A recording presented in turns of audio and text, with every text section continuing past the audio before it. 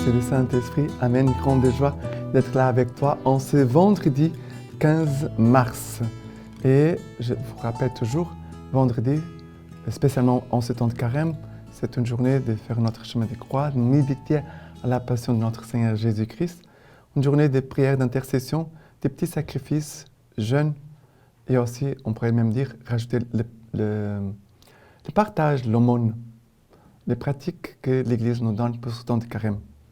Et je te demande, s'il te plaît, de partager la lecture divine, de faire connaître la lecture divine partout où tu iras, dans tes amis, partout, dans les groupes WhatsApp, d'accord, pour que beaucoup de personnes puissent faire la lecture divine chaque jour. Et n'oublie pas, la lecture divine, ce n'est pas seulement d'écrire et d'écouter, mais aussi d'écrire, d'accord? La première lecture d'aujourd'hui, c'est le livre de la Sagesse, chapitre 2, à partir du verset 1. Car ils disent entre eux, dans leurs faux calculs, tendons des pièges aux justes, puisqu'ils nous gênent et qu'ils s'opposent à notre conduite. Nous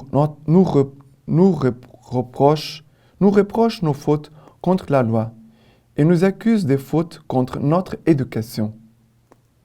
Ils se flattent d'avoir la connaissance de Dieu et se nomment enfants du Seigneur.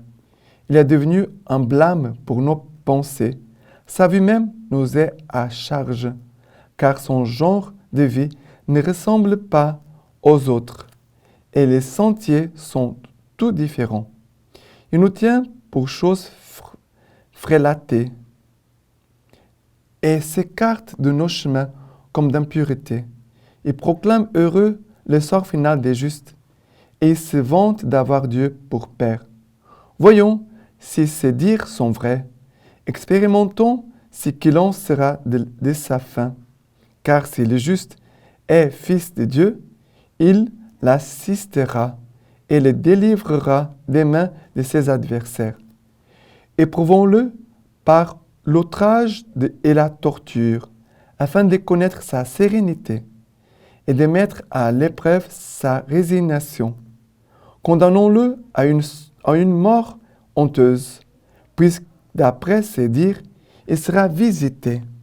Ainsi, raisonnent-ils, mais ils s'égarent, car leur malice les aveugle. Ils ignorent les secrets de Dieu. Ils n'espèrent pas de rémunération pour la sainteté. Ils ne croient pas à la récompense des âmes pures. Voilà. Ici, c'est ce passage, la vie selon les impies. Et après, nous trouvons aussi l'erreur des impies.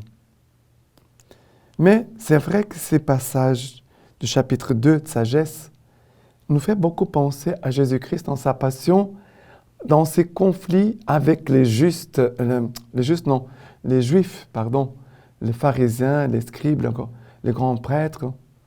Alors ici, il dit, tendons des pièges aux justes. Jésus, il est le juste, puisqu'il nous gêne. C'est vrai. Jésus, par sa présence, gênait. Parce que Jésus provoquait une conversion dans les cœurs des gens qui étaient installés.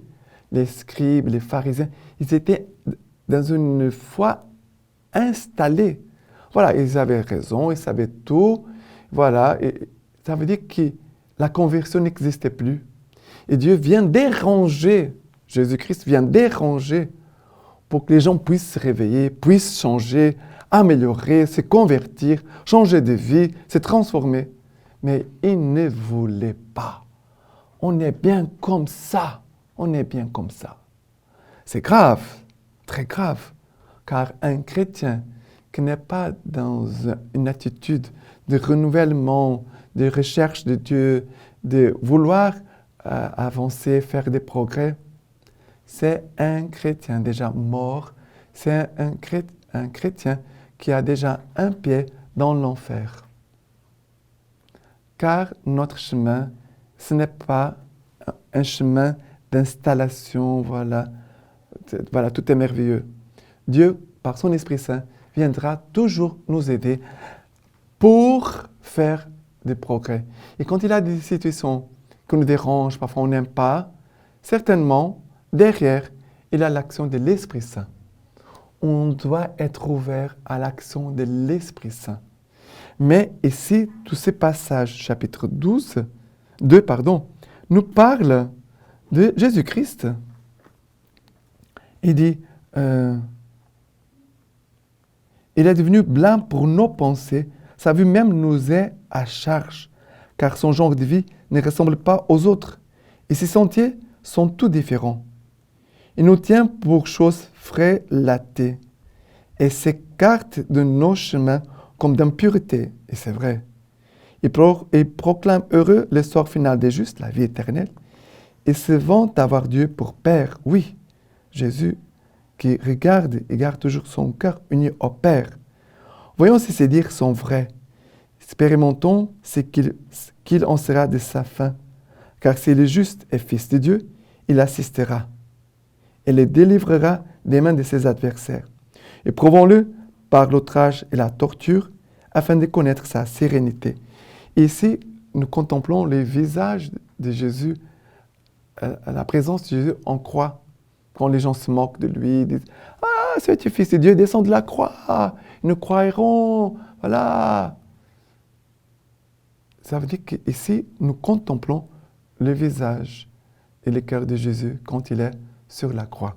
Mais que Dieu puisse vraiment nous aider et qu'il puisse vraiment, par son Esprit Saint, nous faire entrer dans une dynamique spirituelle.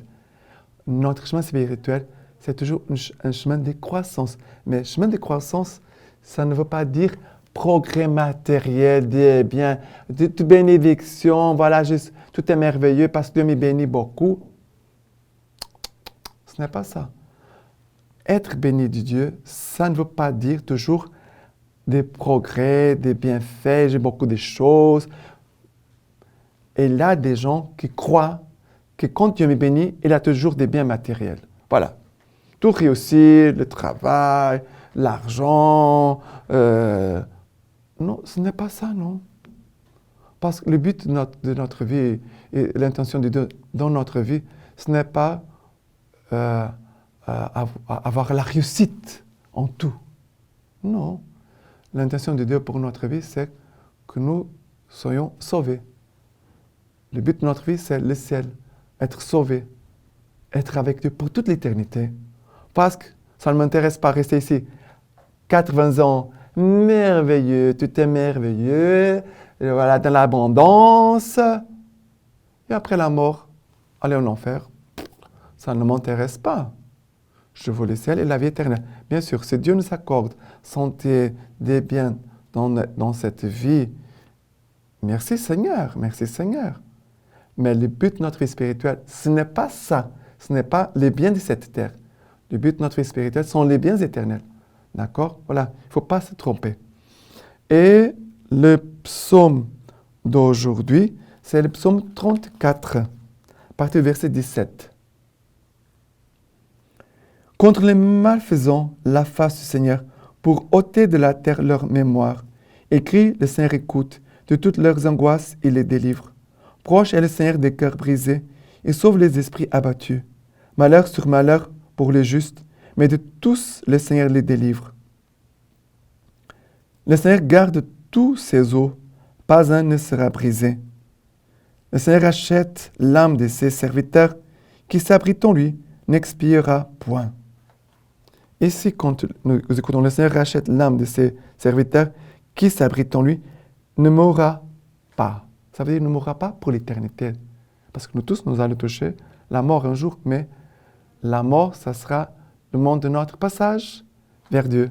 La mort sera entrer dans la vision béatifique, dans la vision claire de Dieu dans l'éternité, avec les anges, les saints, pour toute l'éternité. Ça veut dire le bonheur éternel, la joie éternelle.